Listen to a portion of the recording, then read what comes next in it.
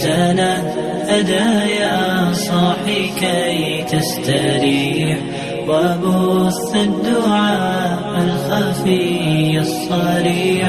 الحمد لله نحمده ونستعينه ونستغفره ونؤمن به ونتوكل عليه ونعوذ بالله من شرور أنفسنا ومن سيئات أعمالنا.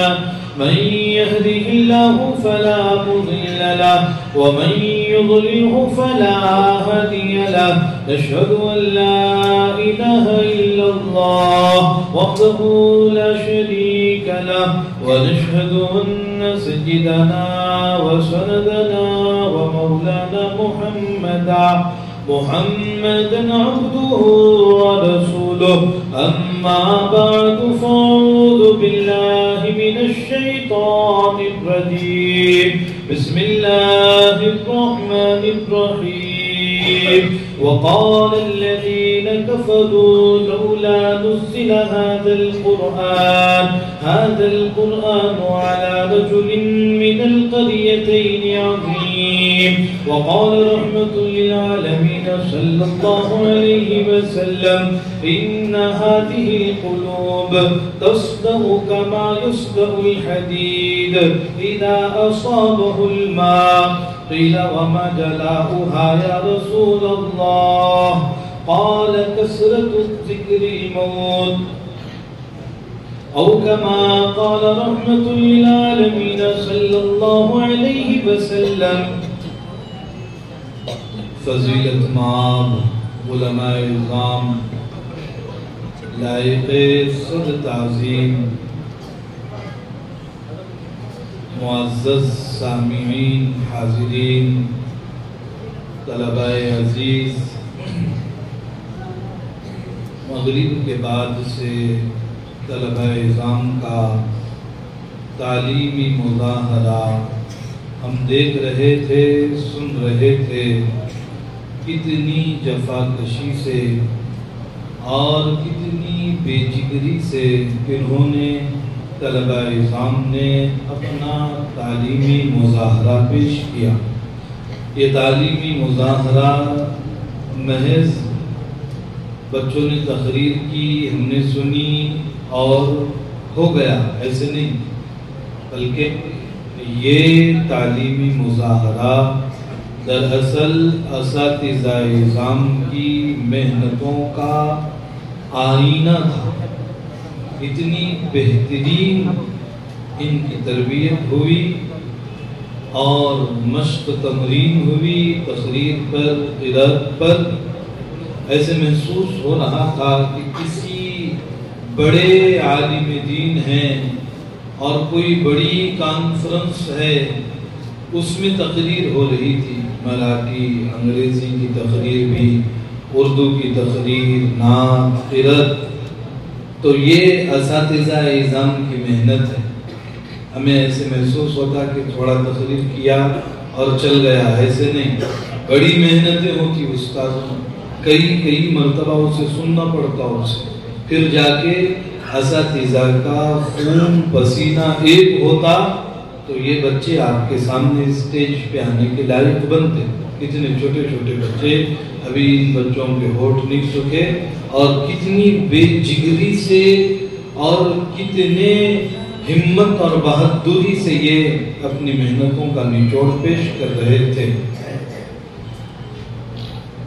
اگر عثمانیوں پر کوہ غم ٹوٹا تو کیا غم ہے.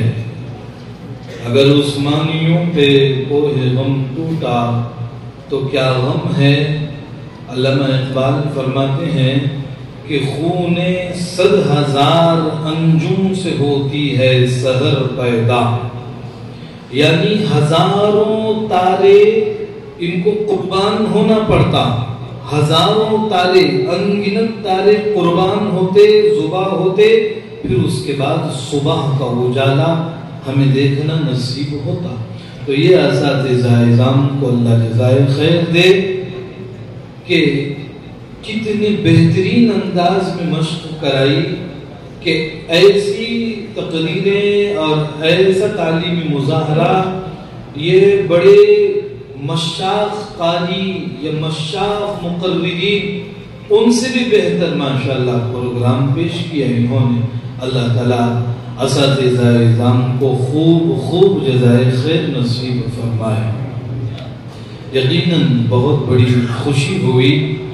یوں سمجھیں کہ ہم میں سے اگر کوئی ترتیل القرآن کو وقت دے کر مدد کرتا ہے مدرسے کی، یا روپیہ پیسہ خرچ کر کے اگر ترتیل القرآن کی مدد میں حصہ لیتا ہے، تو ہمیں یہ سوچ لینا چاہیے کہ ہمارا پیسہ، ہمارا وقت، ہماری جو محنتیں ہیں وہ سب کا سب کامیاب ہے الحمدللہ.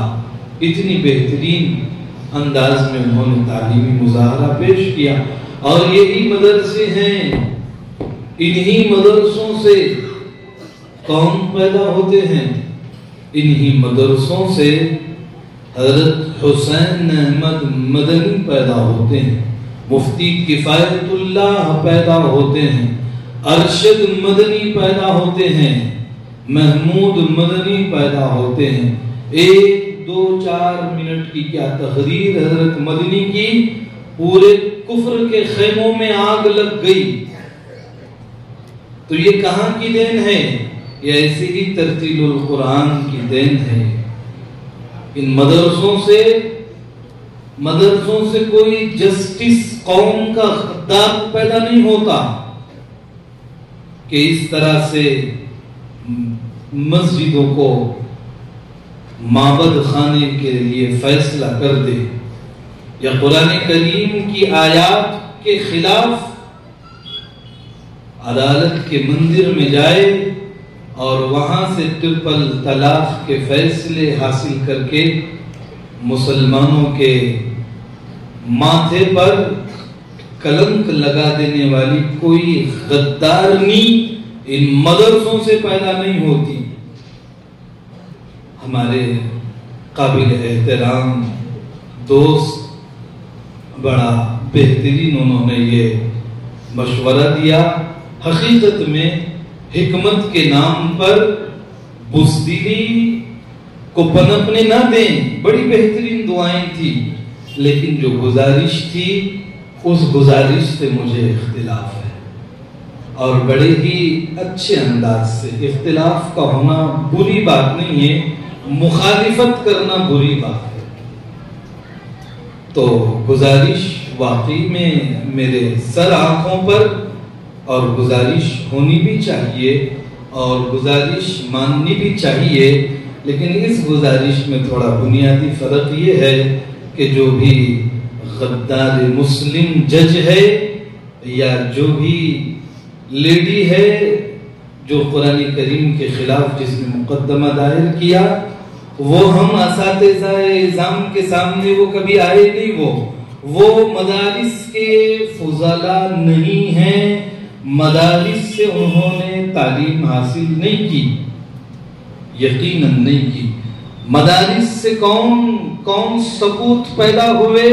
حسین احمد مدنی جیسا باخدا درویش خدا پیدا ہوا کہ وہ حسین احمد مدنی کراچی میں بہت بڑی کانفرنس تھی، تو اس موقع پہ پرخطر حالات تھے، اور ان کے استاد شیخ الہند محمود الحسن دیوبندی رحمت اللہ علیہ سے اتنی چڑ تھی انگریز کو کہ حضرت مولانا محمود الحسن دیوبندی رحمت اللہ علیہ فرمایا کرتے تھے کہ اگر مجھے جلا دو اور جلانے کے بعد میری راکھ کو سونگھو تو میری راکھ سے انگریز سامراجیت کے خلاف ہی بدبو آئے گی، انگریزوں کے خلاف ہی بدبو آئے گی. تو ایک بھی استاذ اسیر مالٹا حضرت مولانا محمود الحسن دیوبندی رحمت اللہ علیہ اور ان کے شاگرد رشید حضرت مولانا حسین احمد مدنی رحمت اللہ علیہ، ان کے نام کو جب دیکھا انگریز نے تو انگریز نے یہ آرڈر دے دیا کہ جاؤ اپنی فوج سے کہا کہ جہاں کہیں اور جیسے ہی حسین احمد کو اسٹیج پہ دیکھو جلسے صدارت کرتا ہوا تو بالکل شوٹ کر دو، اسے گولی مار دو۔ اس وقت غیر مسلم تو غیر مسلم، مسلمان بھی یہ سمجھ رہے تھے کہ اس کراچی میں ہونے والے جلسے میں حسین احمد مدنی نہیں آئیں گے، لیکن کیا ہوا؟ لوگوں کی نظریں پھٹی کی پھٹی رہ گئی۔ وہ حسین احمد مدنی نہ صرف اسٹیج پہ آیا، وہ ان مدارس کا پروردہ تھا، تعلیم یافتہ تھا۔ تو حضرت مولانا حسین احمد مدنی رحمت اللہ علیہ نہ صرف اسٹیج پہ تشریف فرما ہوئے بلکہ اپنے سر پر کفن باندھ کر حاضر ہوئے، اور ایسا روب تھا اتباع سنت کی وجہ سے، ایسا روب تھا کہ انگریز کے پاس گولی ہے، پستول ہے، آرڈر ہے، سب کچھ، حکومت، اقتدار، تختہ، سب کچھ ہونے کے باوجود اس کی انگلی پستول پر نہیں چل رہی۔ کیوں؟ کیونکہ اتباع سنت کا ایسا روب تھا، اور آنکھوں میں آنکھیں ڈال دیا۔ حضرت رحمت اللہ علیہ نے انگریز کی آنکھوں میں آنکھ ڈال کر یہ فرمایا، لیے پھرتی ہے بلبل چونچ میں گل، شہید ناز کی تربت کہاں ہے؟ فرنگی کے فوجوں میں حرمت کے فتوے سردار چڑھ کر بھی گائے ہوئے ہیں۔ اور پھر اس کے بعد حضرت مدنی رحمت اللہ علیہ نے فرمایا، کھلونا سمجھ کر ہمیں برباد نہ کرنا، کہ ہم بھی کسی کے بنائے ہوئے ہیں، کہ ہم بھی کسی کے بنائے ہوئے ہیں، مطلب ہم بھی کہیں سے تربیت یافتہ ہیں، تعلیم یافتہ ہیں، مدارس کے پروردہ ہیں۔ اور کون؟ حسین احمد مدنی۔ وہ حسین احمد مدنی کہ ایک مرتبہ یہ فتویٰ دیا تھا کہ مسلمانوں، جس طرح شراب حرام، خنزیر حرام، انگریز کے فوج میں بھرتی ہونا بھی حرام ہے، تو چیلنج کرنے والوں نے عدالت میں چیلنج کیا اس فتوے کو۔ تو جب پیشی تھی، حضرت مدنی رحمت اللہ علیہ اسی شان سے داخل ہوئے، یعنی سر پر ہمیشہ جو پگڑی باندھتے تھے، اس دن جس دن پیشی تھی، کفن کو اپنے سر پر باندھ لیا اور پگڑی کو اپنے ہاتھوں میں رکھا اور پہنچے عدالت میں جج کے سامنے۔ اور پھر اس کے بعد انگریز نے یہ سوال پوچھا، حسین احمد، ہمیں معلوم ہوا ہے کہ تم نے ہمارے خلاف فتویٰ دیا ہے، کیا یہ بات صحیح ہے؟ فرمایا، ہاں صحیح ہے یہ بات۔ وہاں حکمت یا وہاں کسی قسم کا توریہ یا جھوٹ یا مبہم الفاظ نہیں، صاف صاف کہہ دیا، ہاں حسین احمد کا فتویٰ یہی ہے، میں نے ہی فتویٰ دیا ہوں اور رہے گا، اور یہی فتوے پر میں مصر ہوں، اور اپنی قوم مسلم میں اسی فتوے کا داعی ہوں۔ اتنی بے جگری، جفاکشی اور صبر و استقلال کا مظاہرہ کیا کہ اس زمانے میں مسلمانوں کے جو رہنما تھے مولانا محمد علی جوہر، وہ بھی آسمان آزادی کا ایک درخشندہ ستارہ، مولانا جوہر سمجھ گئے کہ جج کے تیور خطرناک ہو رہے ہیں، تو اس موقع پہ مولانا جوہر نے مولانا حسین احمد مدنی رحمت اللہ علیہ کے پیروں کو پکڑ لیا کہ مولانا، اللہ کا واسطہ دیتا ہوں، آپ خدا کے لیے ابھی بہت ضرورت ہے، مسلمانوں کو آپ جیسے رہنما کی بہت ضرورت ہے، ابھی دارالعلوم دیوبند کو، جمعیت کو آپ کی بہت ضرورت ہے، خدا کے لیے آپ اپنا بیان بدل دیں۔ اس درویش خدا نے حضرت مولانا محمد علی جوہر رحمت اللہ علیہ سے یہ فرمایا تھا، جوہر، خدا کی قسم، آج اگر عدالت میں بیان بدل دوں، مجھے ڈر ہے اس بات کا کہ میرا کہیں ایمان نہ بدل جائے۔ وہ حسین احمد مدنی کہاں کا تعلیم یافتہ تھا، یہ ایسے ہی ترتیل القرآن سے پڑھا ہوا درویش خدا تھا۔ مفتی کفایت اللہ صاحب کہاں کے فارغ تھے؟ ارشد مدنی ایک کیا تقریر کی کہ دیکھیں پورے کفرستان میں کفر کے پورے خیموں میں آگ لگ گئی، اور وہ میلا کچیلا، اس نے چیلنج تو کر دیا کہ میں یہاں آؤں گا اور وہاں آؤں گا، اور ابھی ایک مظفر نگر سے پہنچا دارالعلوم دیوبند کے لیے تو کیا حشر ہوا، رستے میں ہی رک گیا۔ چیلنج کرنا بڑا آسان ہے، لیکن اسلام کی جو حقانیت ہے، اسلام کی جو حسن تعلیم ہے، یقیناً یہ حسن تعلیم یہ مدارس سے ہی حاصل ہوگی۔ بڑی خوشی ہوئی ماشاءاللہ 21واں یہ سالانہ جلسہ ہو رہا ہے، اور ایک طالب علم نے قرآن کریم کی تکمیل کی سعادت حاصل کی ہے۔ دوستو بزرگوں، یقین جانیے کہ میری اور آپ کی کامیابی اس وقت بغیر کسی جھجک کے اگر کہوں تو بس قرآن کریم کو مضبوطی سے پکڑنے میں ہے۔ آج دیکھیں کیا حال ہے مسلمان، کتنا ذلیل، کتنا رسوا ہو رہا ہے۔ ہندوستان کا کون سا خطہ ہے، کون سا ضلع، کون سی ریاست ہے کہ جہاں کے بارے میں ہم کہہ سکتے ہیں کہ وہاں کا مسلمان سکون سے ہے؟ ابھی گزشتہ ہفتے کی بات راجستھان میوات کے علاقے میں دیکھیں 2 مسلمانوں کو زندہ کار میں جلا دیا گیا۔ 2 مسلمانوں، جرم کیا تھا؟ جرم یہی تھا کہ بس محمد عربی صلی اللہ علیہ وسلم کے نام لیوا ہیں، مسلمان ہیں، بس بلڈوزر چل رہے ہیں بعض ریاستوں میں۔ کیوں میرے ہی آشیانے پہ گرتی ہیں یہ بجلیاں؟ کیوں ہم مسلمانوں کو اس طرح سے یہ دن دیکھنے پڑ رہے ہیں؟ اور خاص بات یہ کہ ہندوستان ہی میں نہیں بلکہ عرب میں، عجم میں، اور دیکھیں جزیرۃ العرب میں بھی دیکھیں شام میں کیا حال ہے، یمن میں کیا حال ہے، اور سوریا میں کیا حال ہے، فلسطین میں کیا حال ہے۔ یعنی لکھنے والوں نے یہ لکھا ہے، کہنے والے ماہرین، یہ تجزیہ نگار یہ کہہ رہے ہیں کہ اب جو وقت آیا ہوا ہے ایسا وقت تو تاتاریوں کے زمانے میں بھی نہیں آیا تھا۔ بڑی ذمہ داری کے ساتھ یہ بات کہہ رہا ہوں۔ اب آپ کہیں گے کہ تاتاری قوم میں تو چند ہی دنوں میں 2 لاکھ مسلمان ذبح ہوئے، تو پھر اب اس سے برا وقت کیسے؟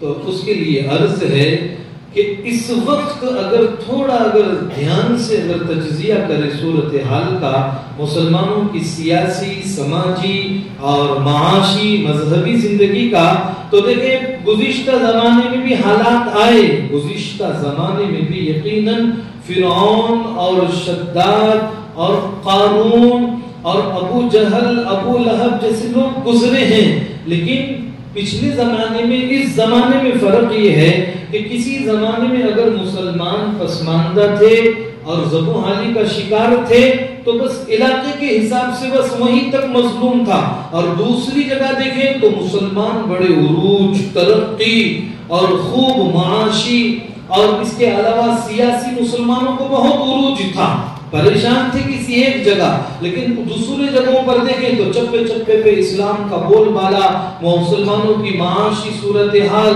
اور روز افزوں بڑھتی جا رہی تھی۔ لیکن موجودہ زمانے میں دیکھیں تو پورے مسلمان ملکوں پر اور پورے اہل اسلام پر ذلت، نکبت اور شرمندگی، شکست خوردگی، ہر طرف ناکامی کی چادر تنی ہوئی ہے مسلمانوں پر۔ تو اب ایسے وقت میں کیا کرنا چاہیے؟ اس کا علاج کیا ہے؟ تو اس کا علاج بجائے میں کسی ماہر کا قول پیش کرنے کے، سید الماہرین، سید العقلاء محمد عربی صلی اللہ علیہ وسلم کی حدیث سناتا ہوں۔ نبی آخر الزمان صلی اللہ علیہ وسلم نے ارشاد فرمایا، ترکت فیکم امرین، مسلمانوں یاد رکھو 2 چیزیں میں تم میں چھوڑ کر جا رہا ہوں، 2 چیزیں۔ کون سی؟ فرمایا کتاب اللہ و سنت رسولی، ایک تو قرآن کریم اور دوسری میری سنت، ان دونوں کو جب تک تم مضبوطی سے تھام لو تو نتیجہ کیا ہوا، کیا ہوگا، وہ بھی سرکار دو جہاں صلی اللہ علیہ وسلم نے سنا دیا۔ اور اللہ رسول اللہ سے بڑھ کر سچ کون کر سکتا ہے؟ وَمَنْ أَصْدَقُ مِنَ اللَّهِ قِيلًا، اللہ سے بڑھ کر، رسول اللہ سے بڑھ کر سچ کوئی بھی نہیں کہہ سکتا۔ نبی آخر الزمان صلی اللہ علیہ وسلم نے ارشاد فرمایا، مسلمانوں جب تم ان دو چیزوں کو مضبوطی سے پکڑو گے، یاد رکھو لن تضلوا، لن تضلوا فرمایا، لن کے کیا معنی؟ علماء اعظام جانتے ہیں اللہ کے نبی نے لا تضلوا نہیں فرمایا،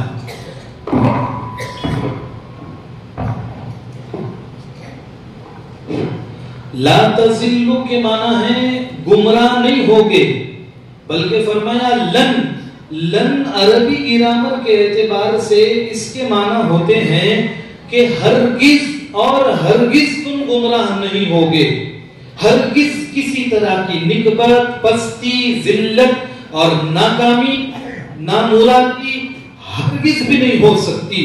تم ان کنتم مؤمنین، اگر سچا، اگر ایمان اگر تمہارے سینے میں ہے، انتم الاعلون، ہر جگہ تم ہی سر بلند رہو گے، ہر جگہ حکومت تمہارے قدموں میں ہوگی، جیسے صحابہ کرام رضی اللہ عنہم اجمعین کے قدموں میں تھی۔ وہ عمر فاروق رضی اللہ عنہ کہ کبھی ان کی پانی میں ان کے گھر میں یوں کہا کرتے تھے کہ صحیح اونٹ لے جا رہے ہو، واپس صحیح لاؤ۔ حضرت عمر فاروق اسلام سے پہلے 10 اونٹ اگر چرانے کے لیے لے گئے تو آتے وقت یا تو 7-8 لاتے تھے یا تو 15-20 ہو جاتے تھے۔ اب 10 اونٹ کا جس کو حساب نہ آتا ہو تو بھلا بتائیں کہ اس کی تعلیمی صورتحال کیا ہوگی۔ لیکن جب یہ اسلام سینے میں آیا اور پھر اس کے بعد انہوں نے اسلام قبول کیا، قرآن کریم عملی زندگی میں آیا، تو کیا ہوا اس کا نتیجہ؟ اس کا نتیجہ یہ ہوا کہ حضرت عمر فاروق کے زمانے میں اسلام حضرت کی برکت سے 22.5 لاکھ مربع میل زمین تک پہنچا۔ یہ جو جملہ ہے 22.5 لاکھ مربع میل زمین، میں بچپن سے پڑھتا تھا اس کو کہ 22.5 لاکھ مربع میل زمین تک پہنچا۔ کئی مرتبہ تقریر میں بولے کرے، لیکن ہم کو نہیں معلوم کہ جغرافیائی لحاظ سے 22.5 لاکھ مربع میل زمین کتنی ہوتی۔ اللہ جزائے خیر دے، عمر اقبال میں اللہ تعالیٰ خوب برکتیں نصیب فرمائے حضرت شیخ الاسلام مفتی محمد تقی عثمانی حفظہ اللہ ورعاہ کو۔ حضرت مفتی صاحب نے اپنی تحریر میں یہ لکھا کہ موجودہ زمانے کے اعتبار سے جغرافیائی موازنہ کریں تو 25 ملک ہوتے ہیں، اس کے 25 ملکوں پر حضرت عمر فاروق رضی اللہ عنہ کی حکمرانی تھی۔ اور پھر اس کے بعد الفضل ما شہدت به الاعداء، فضیلت کی بات یعنی کمال کی بات تو یہ ہے کہ غیر تعریف کر دے، دشمن تعریف کر دے۔ میری مراد گاندھی، مہاتما جسے ہم کہتے ہیں، مہاتما کس نے خطاب دیا؟ یہ ہم ہی نے تو خطاب دیا۔ غدارو تم کون، تم کہاں ہم مسلمانوں کو وطن، حب الوطنی کا سوال کرتے ہو؟ شرم آنی چاہیے۔ چپا چپا جانتا ہے کہ گاندھی کا قاتل کون ہے اور گاندھی کو مہاتما بنانے والا کون ہے۔ مہاتما بنانے والے یہ حفظ الرحمان ساری مولانا شیخ ہند رحمت اللہ علیہ تھے۔ یہ بھی فرمایا کرتے تھے کہ اگر اور عمر فاروق 10 برس ہوتے تو پوری دنیا پر نبی آخر الزمان محمد عربی صلی اللہ علیہ وسلم کا پر لہرایا ہوتا، پوری دنیا پر اسلام ہی اسلام ہوتا۔ تو وہ عمر فاروق رضی اللہ عنہ کے سینے میں اور ان میں کیسی انقلابی تبدیلی آئی، تو یہ اسی قرآن کریم کی وجہ تھی۔ اور میں اپنی بات سمیٹتے ہوئے یہ کہتا ہوں، مسلمانوں، ہماری بھی کامیابی، ہماری بھی ترقی اور ہر اعتبار سے تعلیمی، معاشی، یہاں تک کہ سیاسی، سماجی، ہر طرح کی ترقی قرآن کریم کی تعلیمات میں مضمر ہے۔ ابھی مفتی صاحب نے بڑا پیارا شعر سنایا علامہ اقبال کا کہ کئی مرتبہ ہم نے اسے سنا ہے، بلکہ اب تو ایسا ہے کہ پہلے ایسا ہوتا تھا، پون گھنٹہ تقریر، 1 گھنٹہ تقریر ہوتی تھی اور آخر میں ایک علامہ اقبال کا شعر سناتے تھے، یعنی پورے پون گھنٹے 1 گھنٹے کی تقریر، اس میں علامہ اقبال کا ایک ہی شعر میں وہ پورا آ جاتا تھا، پون گھنٹہ 1 گھنٹہ۔ پہلے اتنی تعلیم تھی ماضی قریب تک، مگر اب ایسا حال ہے کہ علامہ اقبال کا شعر سنا کے 10-15 منٹ تشریح کا اس کی، اب ایسا تعلیمی اردو دوری ہے۔ تو مفتی صاحب نے فرمایا وہ معزز تھے زمانے میں مسلمان ہو کر، یعنی پہلے کے لوگ معزز تھے، عزت تھی، کیوں؟ مسلمان ہونے کی وجہ سے، اور آج ہم خار ہوئے یعنی ذلیل ہوئے، کیوں ذلیل ہوئے؟ تاریک قرآن ہو کر۔ تاریک کا کیا مطلب؟ تاریک، ترک یترک ترکن، اس کے معنی ہے چھوڑ کر۔ قرآن کریم کو ہم نے پس پشت ڈال دیا تو یہ ذلت اور ادبار اور نکبت اور پستی، شرمندگی، شکست خوردگی ہمارے دامن کا داغ بنی ہوئی ہے۔ اور آج بھی مسلمان اگر اس قرآن کریم کا پڑھنے والا، سمجھنے والا بن جائے تو دوستو بزرگوں، وہ جو ہماری روشن صبح تھی وہ روشن صبح یقیناً لوٹ کر آئے گی۔ لیکن ضرورت ہے کہ ہم پڑھیں قرآن کریم۔ مجمع میں ہم کتنے ایسے نوجوان ہیں کہ جو بچپن میں پڑھے تو اب 55 تک وہی پڑھا ہوا ہے، وہ تجوید سے سیکھنے کی فکر نہیں کرتے، حالانکہ تجوید اتنی ضروری ہے، اتنی ضروری کہ اس کی مثال یوں سمجھیں کہ اگر کسی نے یوں پڑھا الحمدللہ رب العالمین ہا کے ساتھ، تو اس کے معنی ہے تمام کائنات کی تعریف بس اللہ ہی کے لیے ہے۔ اور ہا سے پڑھا، اگر ہا سے مہاراشٹر میں جو ہا ہے اس سے اگر پڑھا الحمد، تو اس کے کیا معنی؟ اس کے معنی ہوتے پھٹا پرانا جو کپڑا ہے، جو اسٹو اور گیس پوچھنے کی جو چندہ جو ہے وہ اللہ کے نام پر، نعوذ باللہ۔ ایک نقطے، ایک زبر زیر، ایک حرف کو صحیح نہیں پڑھنے کا دیکھیں کتنا فرق اردو میں بھی ہوتا ہے۔ اس طرح سے اس کی رحمت کو یوں ہی بدستور رہنے دو، اس کی رحمت کو یوں ہی بدستور رہنے دو۔ ایک نقطہ بھی بڑھاؤ گے تو زحمت ہوگی، یعنی رحمت میں ایک نقطہ بڑھا دیے تو زحمت ہو جاتی۔ تو ویسے ہی حال جیسے اردو کا ہے ویسے حال عربی کا ہے کہ تھوڑا سا اگر حروف اگر صحیح نہیں نکلا تو نماز تک فاسد ہو جاتی بعض مرتبہ۔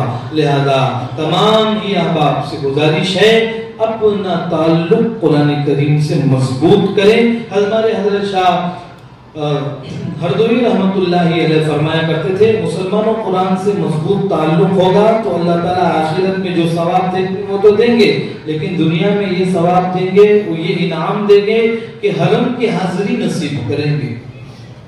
حرم کی حاضری، اس کی میں ایک مثال، تازی مثال دوں گا میں، بڑی دلچسپ مثال ہے کہ جس کا بھی تعلق قرآن کریم سے مضبوط ہوگا اتنی مرتبہ اسے وہاں اللہ تعالیٰ بلائیں گے۔ خود اس کی مثال حضرت رحمت اللہ علیہ تھے کہ 55 مرتبہ تو حضرت نے حج کیا ہے، 55 مرتبہ حضرت ہردوئی رحمت اللہ علیہ۔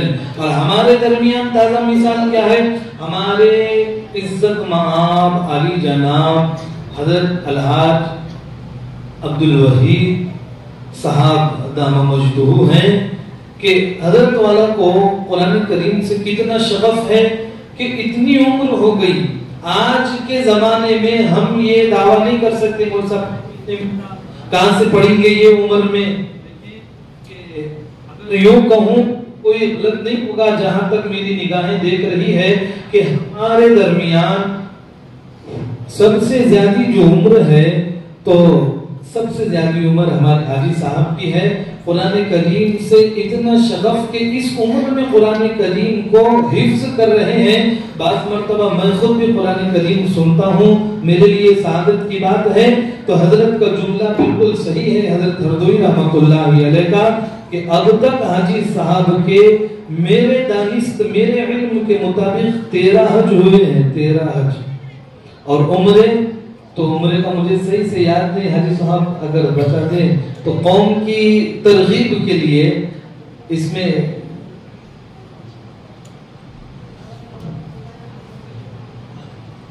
50 ہوئے تو کیسے خوش ہوتے لوگ, 50 ہو گئی وہ چیخ مارتے چیخ. تو حضرت حاجی صاحب کے 50 سے زائد عمرے ہوئے, 50 سے زائد. ابھی رمضان المبارک میں عمرے کا ارادہ ہے.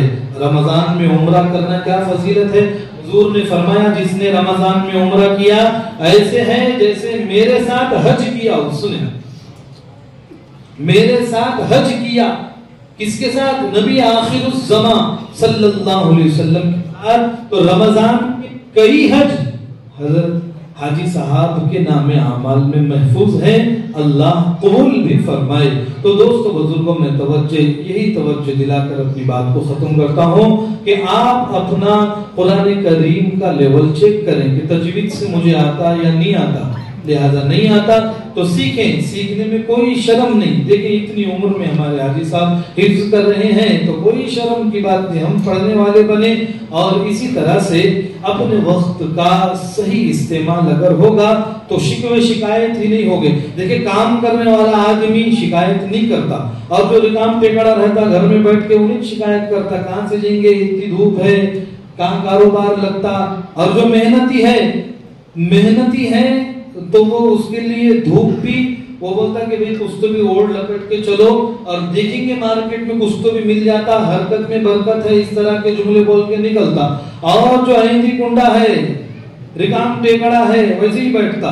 تو ویسے ہی ہماری قوم کا حال ہے کہ ہم بھی اگر وقت نکالیں. اب بولتا کوئی کہ ہمارے پاس وقت نہیں ہے تو دیکھ واٹس ایپ میں کتنا وقت, فیس بک میں کتنا وقت. یقین جانیے فیس بک اور واٹس ایپ کا اسٹیٹس چیک کرنے کا اور یہ وہ اس میں جتنا وقت ہے موبائل میں, تو اس کا آدھا بھی اگر وقت دے گا تو خدا کی قسم تجوید سیکھ جائے گا.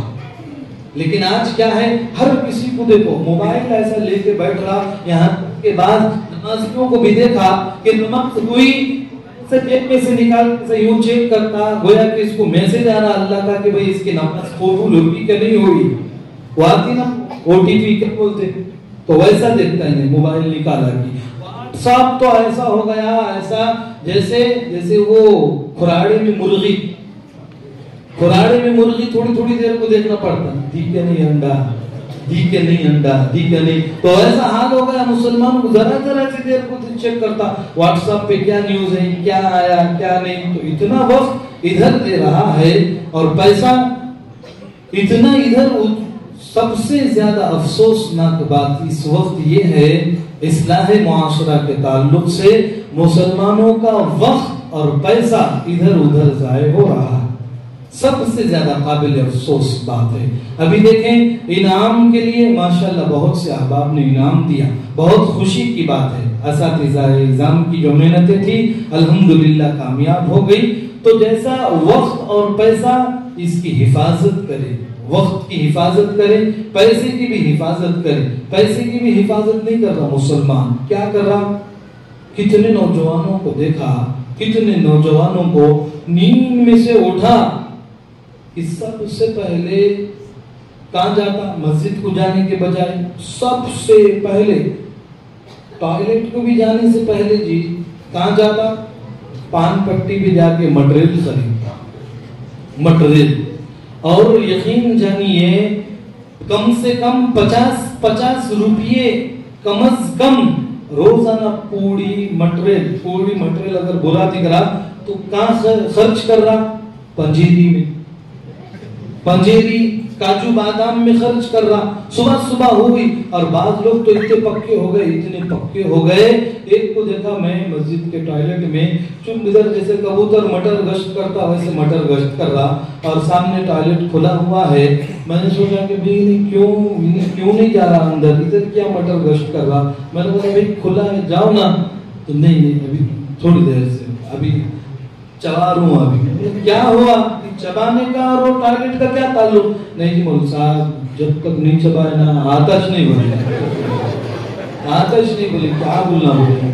یعنی ایسی لت لگ گئی, لت ایسا نشے کا عادی ہو گیا مسلمان. دوست بزرگوں یقین جانیے یہ ہنسی کی بات نہیں. میں آپ کو کہتا ہوں کہ جائیں ممبئی اور حیدرآباد میں, خصوصاً ممبئی کے ہاسپٹل میں جائیں اور دیکھیں وہاں جا کر, خدا کی قسم کھا کر کہہ رہا ہوں روح کانپے گی. وہاں مسلمانوں کا کیا حال ہے. کینسر میں کتنے لوگ مریض ہیں. ایک صاحب ان کے والد کو کینسر ہوا, اللہ شفا دے. انہوں نے مجھ سے یہ بات کہی کہ مولانا وہاں گئے ہم تو دیکھیں جی سب سے زیادہ اگر پیشنٹ ہے کینسر کے تو بخدا ہماری قوم کے مریض پڑے ہوئے ہیں وہاں پر سب سے زیادہ. دوستو اگر تمہیں اپنے صحت کی فکر نہیں تو ٹھیک ہے, تم اپنے لیے نہیں چھوڑتے تو کم از کم اپنے معصوم چھوٹے بچوں کا خیال کرو, اپنے چھوٹے بچوں کا. خدا کی قسم اگر تمہیں کچھ ہو گیا تو جس فکر سے تم تربیت کر رہے ہو اور پال پوس رہے ہو, تمہارے والد حیات ہیں تو تمہارے والد بھی ویسی نگہداشت اور ویسی حفاظت تمہارے بچوں کی نہیں کریں گے. تمہارے بھائی چاہے جتنا لاڑ کرتے ہوں لیکن جو فکر تمہیں ہے اپنے بچوں کی وہ فکر کوئی نہیں کرے گا. تو اپنے لیے نہیں مٹریل چھوڑو تو کم از کم اپنی بیوی بچے اپنے بوڑھے ماں باپ کا تو خیال کرو.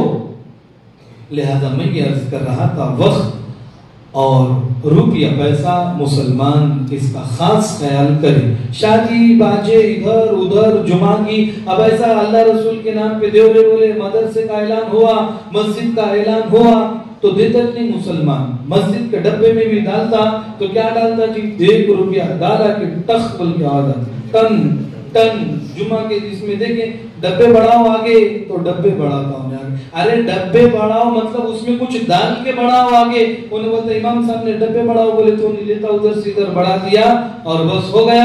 اللہ رسول کے نام پر دیتا نہیں کچھ نہیں. اور ادھر دیکھیں ادھر ادھر پیسے خوب. شادیوں میں کیا ہوا, سیمنٹ کی ضرورت ہے, اناج راشن کی ضرورت ہے مدرسے میں, تو غلام ہو کر کے 10 روپے دیتا, 20 روپے, 100 روپے, 500 بس. اور پھر اس کے بعد بولتا کہاں سے دیں گے مول صاحب, ابھی کیسا ہے, غریبی چل رہی ہے, ابھی اچھے دن نہیں, مہنگائی بہت ہو گئی, یہ ہوئی وہ ہوئی. مسلمانوں کی معیشت اگر دیکھنا ہو شادی سے سمجھ میں آتی کتنا مسلمان غریب ہے, مالدار ہے. شادی سے سمجھ میں آتا. دیکھو شادی میں مان سمان ہر ایک یہ وہ سب کچھ, گل سر بھی دیو, پل سر بھی دیو, وہ بھی یہ بھی, منجے جوڑے کی رقم یہ وہ, کتنا خرچ کرتا. نہیں سو چیزیں آئے دن آرے. ابھی دیکھیں شہروں میں تو اس کے علاوہ واللہ عالم یہاں اگر نہیں ہے تو بہت اچھی بات, ورنہ شہروں کا حال کیا ہے کہ وہ جو دولے کو نوشا پاشا کو جو ہار ڈالتے تو 4 پوٹے 4 چھوکرے جمع ہوتے اور وہ باجا بجا رہے اور اس کا ہار بھی ایسا باجے تاجے کے ساتھ لے کے جا رہے. کیا عجیب بات ہے. وہ مسلمان کہ جس مسلمان کے لیے منع ہے, حرام ہے کیا, نہر پر اگر بیٹھا ہوا ہے تو نہر پر بیٹھنے کے بعد بھی وضو کر رہا ہو تو فضول خرچی کی اجازت نہیں ہے. حالانکہ وضو کر رہا ہو تو یہ خون کمائی کا پیسہ ہرگز اسے حقارت نہ کرے اور اسے ضائع نہ کرے. اور پھر اس کے بعد آخری گزارش یہی ہے کہ ابھی دعا ہوگی, نماز ہے, عمل بھی باقی ہے. اتنا ہی کہہ کر میں, چونکہ وقت بھی بہت ہو گیا, اب وہ زیادہ وقت ہوا جہاں تک قوم کو دیکھنا کہ جہاں تک چہروں پہ سننے کی سخت طاقت باقی ہے تو مقرر کو بھی چاہیے وہیں تک رکھ کے بس کر دے اس کو. اب اس کے بعد دیکھیں کہ اب ماشاءاللہ سب اچھی طرح سے سن رہے تو تھوڑا تشنگی رکھ کے تقریر ختم کرنی چاہیے. ایسا نہیں ہونا کہ ادھر سے چٹھی آ رہی ادھر سے انہیں گھڑی کو دیکھ رہا. اب سب تقریر کرتے جمعہ میں تو بعض اتنے پکے بیٹھے ہوئے رہتے مسجد میں, ذرا دیر ہوئی ایک نظر ادھر مول صاحب کو دیکھتا دوسری نظر گھڑی کو دیکھتا, مطلب اشارہ کر دیتا مول صاحب کو کہ مول صاحب یہیں تک اچھا ہے, اس کے بعد بس. تو جب تک قوم کی سکت سننے کی ہے جب تک سنا نہ, اور جب محسوس ہو گیا کہ اس کے بعد اگر بولوں گا تو قوم نہیں سنے گی تو مقرر کو چاہیے کہ وہیں پہ بس کرنا. اس کی مثال ایسی ہے جیسے کھانے کی مثال ہے. کھانے کو دیکھیں ایک مرتبہ پیٹ بھر گیا تو بس, اب پیٹ بھرنے کے بعد نہیں سو نعمت لا کے دو اس کو, نہیں چلتی. تو ویسا ہی تقریر کا معاملہ ہے کہ جب تک ہے چہروں پہ بشاشت جب تک ٹھیک, اور جب ختم ہونے کا اندازہ ہو تشنگی باقی رکھ کر ہی مقرر کو تقریر بس کرنی چاہیے. چنانچہ میں بھی انہی ٹوٹے پھوٹے الفاظ کے ساتھ اور نیک تمناؤں کے ساتھ اس احساس کے ساتھ کہ احساس عمل کی چنگاری جس دل میں فروزاں ہوتی ہے, اس آنکھ کا آنسو موتی ہے, اس لب کا تبسم ہیرا ہے, کہتے ہوئے اپنی تقریر کو ختم کرتا ہوں. اللہ سے دعا ہے اللہ پاک ان کہی ہوئی باتوں پر جو قابل عمل ہو توفیق عمل نصیب فرمائے. ایک دو اعلان میں ایک اعلان ہے. جلسہ دستار بندی و استقبال رمضان مدرسہ عربیہ فیض القرآن فتح اللہ پور 18 شعبان المعظم 11 مارچ بروز ہفتہ بعد نماز مغرب بمقام مدرسہ فیض القرآن فتح اللہ پور. مہمان خصوصی حضرت مولانا پی ایم مزمل صاحب والا جاہی رشادی بنگلور تشریف لا رہے ہیں, لہذا مدرسے کے ذمہ داروں نے آپ حضرات سے گزارش کی ہے کہ اس جلسے میں شرکت فرما کر علماء اکرام کے بیانات سے استفادہ حاصل کریں. دوسرا ایک اعلان ہے, یہ بچے کے بہنوئی صاحب آئے والے ہیں, شیخ احمد صاحب مدکھیڑ, وہ بلال کی گلپوشی کرنا چاہتے ہیں, گلپوشی کرنا.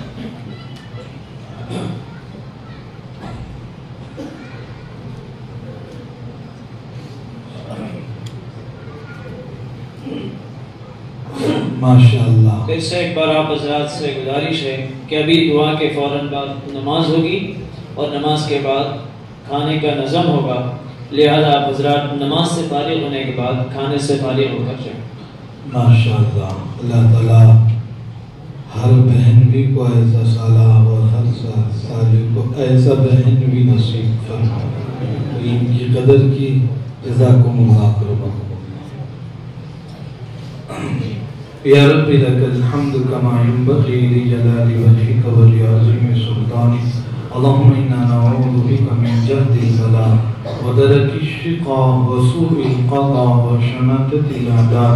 اللهم انا نعوذ بك من زوال نعمتك وتحول عافيتك وفجاءة نقمتك وجميع سخطك.